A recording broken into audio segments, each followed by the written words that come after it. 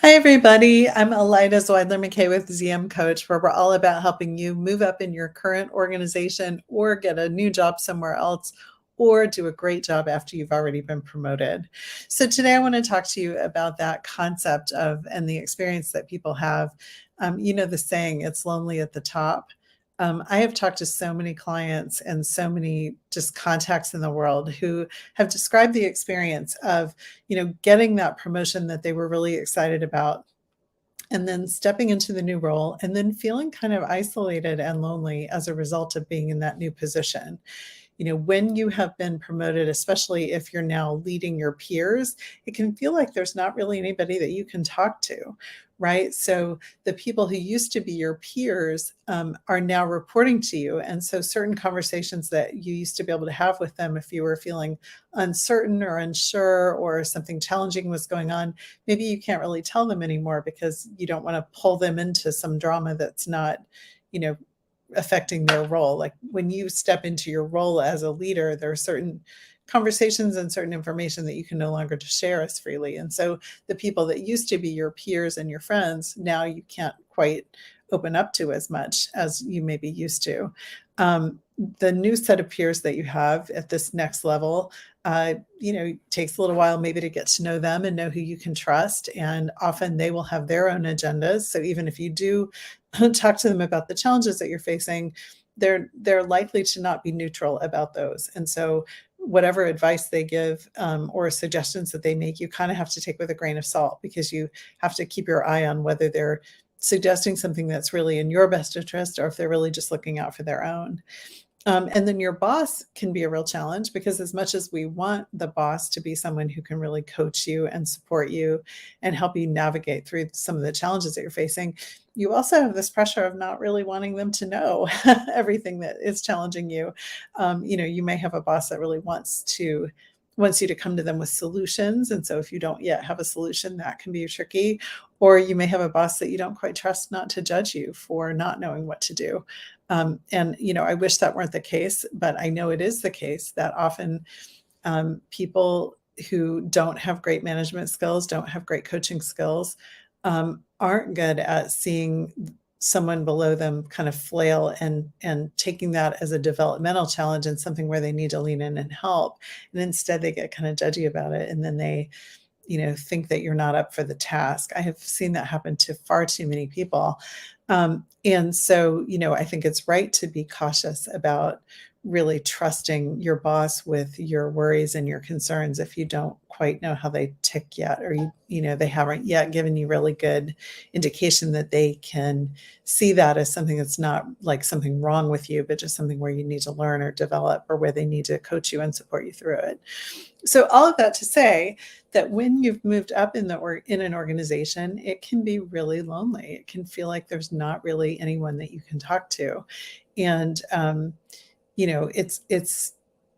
it's not how we want the world to be, right? Like we want the world to be a place where you can talk to your boss, you can talk to your colleagues, you can be transparent to some degree with your staff. And in an ideal world, all of that would be happening and everybody would be on the same page and you'd all be rowing in the same direction.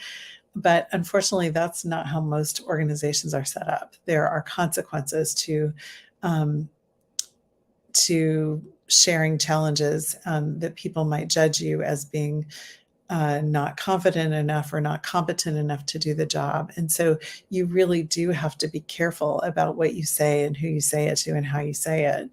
And that can get in the way of having the resources that you need to be able to lead in the ways that you want to lead. The truth is that every step you take up in an organization, you are going to be taking on new challenges that you have not seen before.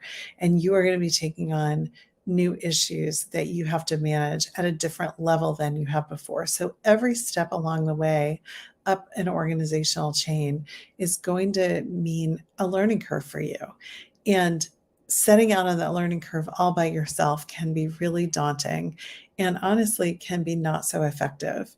There are bad decisions to be made, there are bad habits to be built.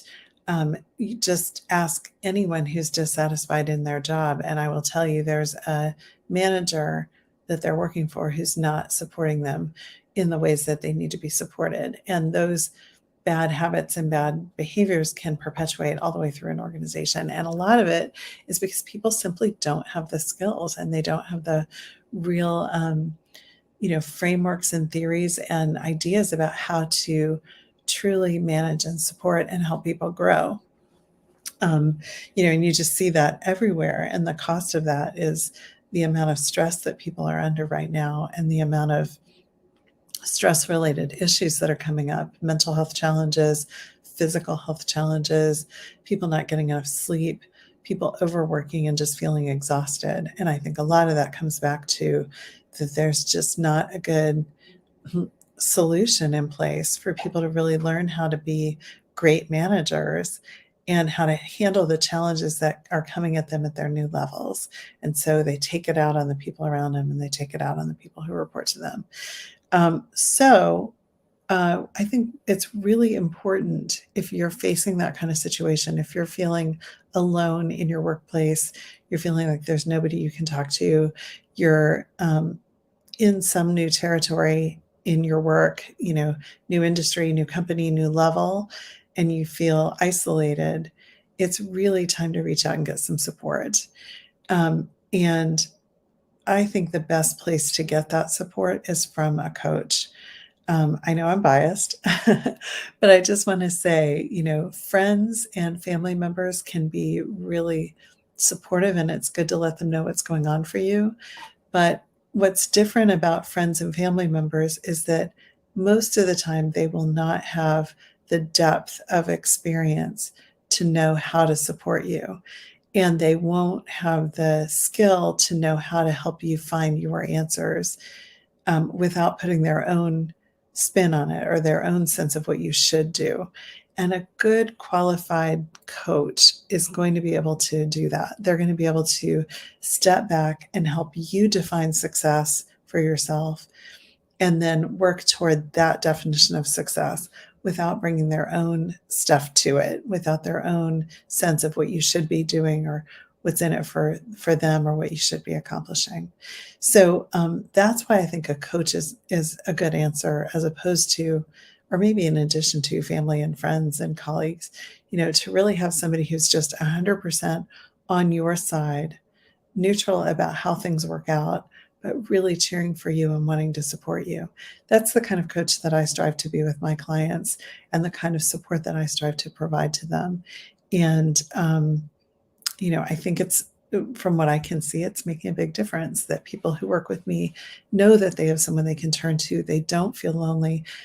We are able to think through the kinds of situations that they're facing and make sure they've got a good, solid strategy for how to attack it and how to, work through the challenge and how to manage through and maneuver through and come out the other side having built even more trust and even more credibility and even more respect in their organizations.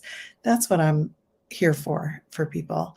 If that's of interest to you, if that's something that you'd like to explore for yourself to know what that could look like, I invite you to book a call with a member of my team. You'll get on the phone for about 45 minutes and you'll talk about your situation, where you are now, where you want to go and grow. And if we can help you get from here to there, we will absolutely tell you what that would look like and talk with you about making a plan to make that happen. If we're not the right fit, we know a whole bunch of coaches, and we're more than happy to make referrals to people that we know and trust who can really support you in your career and get you where you want to go. So I encourage you to reach out. You can book a call with us at zmcoach.com/apply. Fill out the application that comes at the end of the booking and let us know what's going on in your situation. We'll get on the phone with you. We'll see what would help your situation, how we can help you not feel so lonely at the top. And if we can help, we look forward to working with you. Take care.